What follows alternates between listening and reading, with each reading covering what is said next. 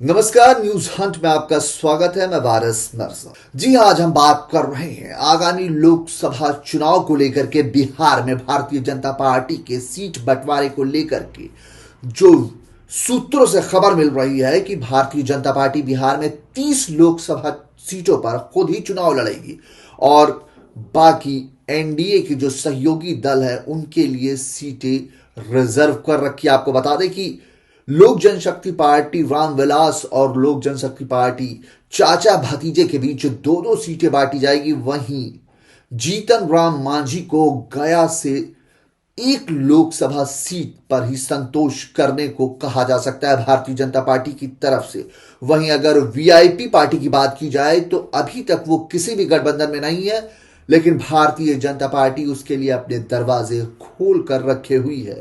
आइए आपको बताते हैं किस तरीके से बिहार में सीट शेयरिंग पर भारतीय जनता पार्टी काम कर रही है।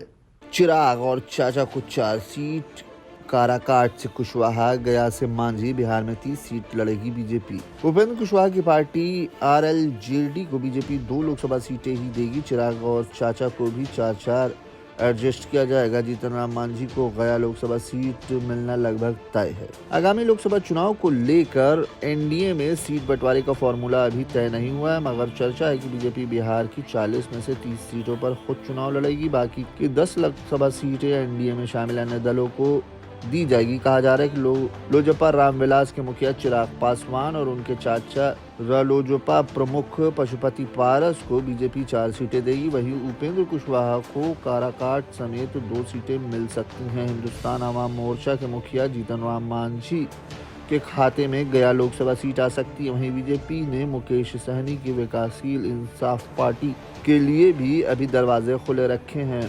वीआईपी ने अभी गठबंधन के लिए पत्ते नहीं खोले हैं।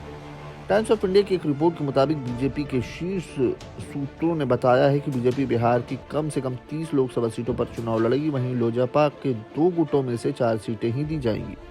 अगर चिराग पासवान और पशुपति पारस नहीं मानते हैं तो उन्हें 5 सीटें भी दी जा सकती हैं। इसके अलावा उपेंद्र कुशवाहा की पार्टी आरएलजेडी को बीजेपी अधिकतम 2 लोकसभा सीट ही दे सकती है। इसमें कुशवाहा की परंपरागत सीट काराकाटा भी शामिल है। हालांकि आरजेडी ने सीतामढ़ी, झांझापुर, सिवान, वाल्मीकिनगर, सुपौल, जहानाबाद और मुंगेर में भी चुनाव की तैयारी कर रखी है। पार्टी के प्रदेश प्रवक्ता राम पुकार सिंह का कहना है कि 2014 की तरह आगामी लोकसभा चुनाव में भी उन्हें कम से कम 3 सीटें जरूर मिलनी चाहिए। वहीं हम की बात की जाए तो जीतन राम मांझी की पार्टी को 1 लोकसभा सीट से ही संतोष करना पड़ेगा। बीजेपी मांझी को उनके परंपरागत गया लोकसभा सीट देने के मूड में, हालांकि हमने अन्य कुछ सीटों पर भी दावा ठोका है। दूसरी ओर सूत्रों का कहना है कि बीजेपी ने अभी तक मुकेश सहनी के लिए गठबंधन के दरवाजे खोल रखे। उनकी पार्टी वीआईपी अभी किसी भी गठबंधन में शामिल नहीं है। लंबे समय से सहनी के एनडीए में वापसी की अटकलें लगाई जा रही हैं। अगर बीजेपी से उसकी बात बन जाती है तो पार्टी मुकेश सहनी को भी एक लोकसभा सीट लड़ने के लिए देगी।